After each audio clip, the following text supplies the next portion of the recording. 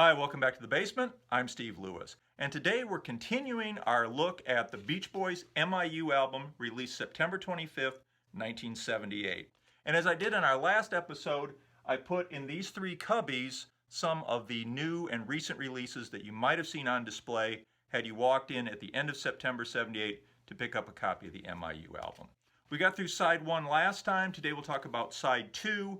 Side 2 kicks off with Sweet Sunday Kind of Love, written by Brian and Mike. Carl, who we've heard very sparingly elsewhere on the album, gets his spotlight song here. Apart from this, he has a line or two in Hey Little Tomboy and is undoubtedly on some of the backing vocals elsewhere. I think I can hear him on She's Got Rhythm somewhere, but he's been so absent elsewhere that this feels very much like a guest appearance. It's always nice to have a lead vocal from Carl, and he does an amazing job, particularly with the middle section that begins, "Why don't we unplug the phone?" That had to be tough to sing, and he makes it seamless and easy. And the track has a little bit of punch coming out of that section and into the final verse that I appreciate. It's a highlight to hear Carl. I wish they had had a more memorable song for him. It's nice enough, but like some of the other songs on this album, it appears workmanlike, with no particular passion in the writing, like it was just another song made to order. And am I crazy, or is the backing track Be My Baby? I wonder if maybe they had started recording a cover version of Brian's favorite song and decided to turn it into an original by creating a new melody on it. I haven't found anything to confirm that, but please let me know if anybody has any insight into that. Next up is Bells of Paris, and Mike turns in a pretty decent lead vocal here again. The backing track is simple, and maybe I'm losing it, but to my ears, this also sounds like it might have started out as Be My Baby. I've had a lot of fun while I've been putting this together singing the lyrics to Shut Down to Bells of Paris. It happened on the strip where the road is wide. Anyway, that's just something I've been doing. This seems to have started as the Christmas album track, The Bells of Christmas, and was re-recorded with different lyrics after that album was rejected. Oddly, Bells of Christmas is credited to Mike, Ron Altbach, and Alan. Bells of Paris is credited to Mike, Ron Altbach, and Brian. Since the music track is pretty much identical, this would lead you to conclude that Al wrote the Christmas lyrics and Brian's contribution was the French lyrics. Somehow I think something else is going on here. I'm not sure what, but that just doesn't sound right. And as for those lyrics, you will be cringing early and often. Maybe Mike had in mind their success with Salt Lake City when they wrote these lyrics, but nothing about it rings true. It sounds like it was written by somebody who sat down, leafed through a brochure for a package tour, and did a badly rhymed list of the most cliched tourist images. I mean, Mike might as well have put on a beret and a pencil mustache and run around with a baguette for this. It's pretty embarrassing. Next up, however, we have the third track on the side, Pitter Patter. This is one I've largely overlooked in the past. I think after some of the other tracks, I've either tuned out by this point in the album or begun to paint with a broad brush, ready to dismiss everything based on what I've heard so far. Taken on its own, there's some things to recommend this track. The vocals are full, pleasant, and Beach Boy-like, particularly in the So Let It Rain chorus. There's a middle section with a rain-swept plain that will sprout new grain, which almost gets into Day in the Life of a Tree territory without the quirky charm of that track. It's a solid track. On a better album, it wouldn't have been a highlight, but it would have been a solid track worthy of inclusion. It does feel a bit workmanlike to me, though. I don't connect to it on an emotional level the way I can with, say, something like Cool, Cool Water, and I do have a feeling that the writers and performers didn't connect with it much on an emotional level either. I found an interesting comment on a blog while I was researching this video from someone named Andrew Hickey, who I know nothing about, but I liked his quote. He says of Pitter Patter, "There's absolutely nothing interesting to say about it, but it's not bad either. Had the whole album been like this, it would have been mildly disappointing rather than an utter travesty." Calling the album an utter travesty is a bit of an overstatement, but I do think if a few more of the tracks had been of the caliber of this, the MIU album wouldn't be seen as any kind of all-time classic, but would be held in higher esteem than it is today. The 1991 first edition of the CD includes a version of Pitter Patter that opens with rainstorm effects. The vocals are not as good and are not as full on this version. It's definitely inferior to what was released on the original album, but I do like the rainstorm effects, which kind of set the mood. Next up is My Diane. 3 tracks after Carl's guest spot, we get Dennis's guest spot. Carl reportedly spent a little bit of time at the MIU sessions. Dennis didn't turn up at all.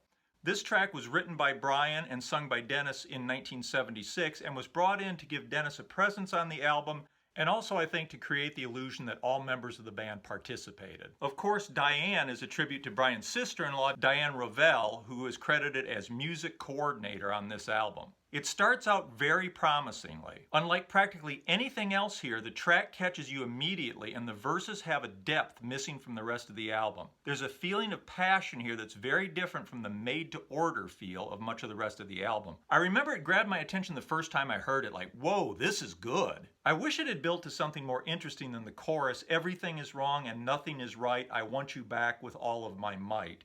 Even so, there's a gravitas and some real emotion to this song that stand in stark contrast to the rest of the album. Next up is Match Point of Our Love. A lot of people seem to really like this song, written by Mike and Brian, with a lead vocal by Brian. It draws on a Smokey Robinson style of lyric writing. You take a metaphor and then construct all your rhymes around expanding on that metaphor, like it's growing, the hunter gets captured by the game, from head to toe. Smokey uses it to create interesting, clever rhymes, just like Pagliacci did, I try to keep my senses hid. Here, it's employed clumsily with rhymes that don't exactly make sense, and when it gets too difficult, they just abandon the theme altogether.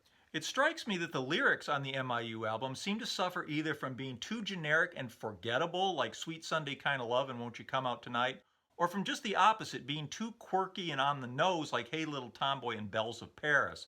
There's got to be a happy medium in there somewhere.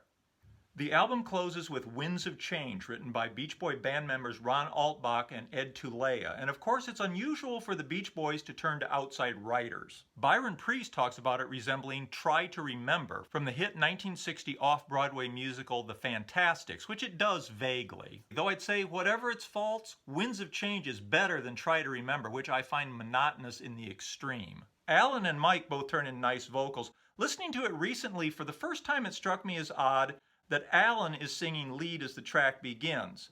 I'm hearing it as a little strange that the denouement of a Beach Boy album features a solo spotlight on Alan. Of course, maybe that's entirely appropriate here since this is really more Alan's album than anybody else's.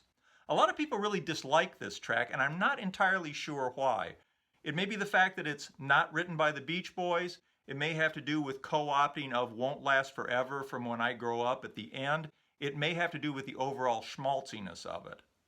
I like the instrumentation. You can hear the piano and orchestra distinctly rather than just having a bed of musical instrumentation, which you get with so many of the other tracks on the album. It's got a pleasant melody, and the lyrics are possibly the best on the album. As much as I dislike the Beach Boys drawing on the past, I have to admit that I personally find the Won't Last Forever at the end to be affecting. And this is another one that's different on the first CD issue. Noticeable right away is the ah vocals at the beginning. The lead vocal sounds almost more like a guide vocal, especially the I'm no stranger to a world of change part, which seems pretty shaky on this version. Mike's vocals don't seem to have been added yet. The ending features only one Brian falsetto vocal repeating Won't Last Forever, instead of the multiple voices on the album, and instead you hear more orchestra and brass. The album's cover photo by Warren Bolster of Surfer magazine is pleasant enough and maybe evocative of the peaceful, meditative atmosphere of MIU, but it's also very generic.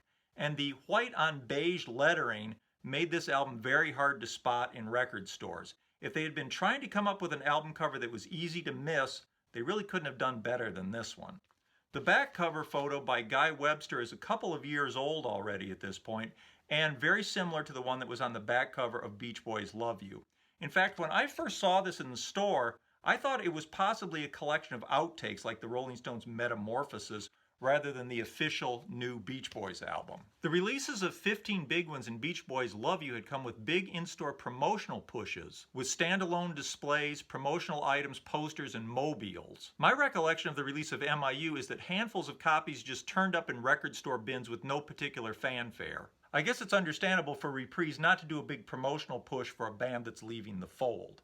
There was a half-hour documentary of the making of the album called Our Team, after a track which, as we've discussed, was dropped from the album at the last minute. You can find it on DJ Lee's excellent YouTube channel, and please check it out. It's narrated by Mike and intercut with concert footage of Beach Boy classics. Surprisingly, it includes a clip from Dennis apparently recording vocals for My Diane. As we know, it was recorded in 1976, and Dennis didn't really participate in the MIU album. I'm not sure if the footage was recorded for this or if it was left over from some other project. We see Mike and Al working on the lyrics for Kona Coast, Brian with Mike and Al working on Won't You Come Out Tonight, and Mike come back to LA with various others including Carl. We see Pitter Patter with Mike and Al, and our team with some footage of family and friends recording, and the group at some kind of a fan meet and greet, plus other footage. I haven't seen a pristine copy of this film. The one on DJ Lee's channel is the best I've seen, and it's certainly better than these screenshots. I'm not sure where this promotional film aired or if it ever did. It may have been meant to be screened at some sort of a record industry meeting.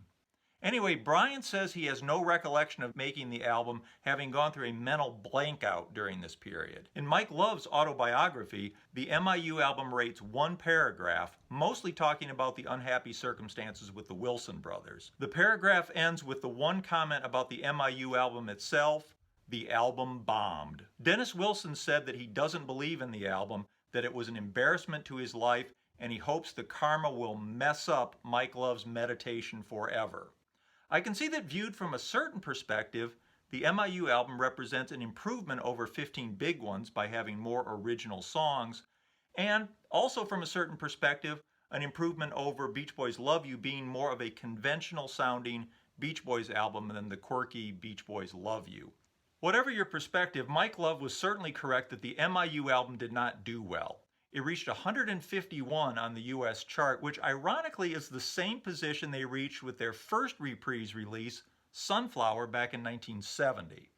Unlike Sunflower, which went to number 29 in the UK, MIU did not chart in the UK. It did get to number 70 in Australia, which is about the only other place it seemed to register at all, maybe because of, maybe in spite of, that Australia-New Zealand tour that they had done earlier in the year.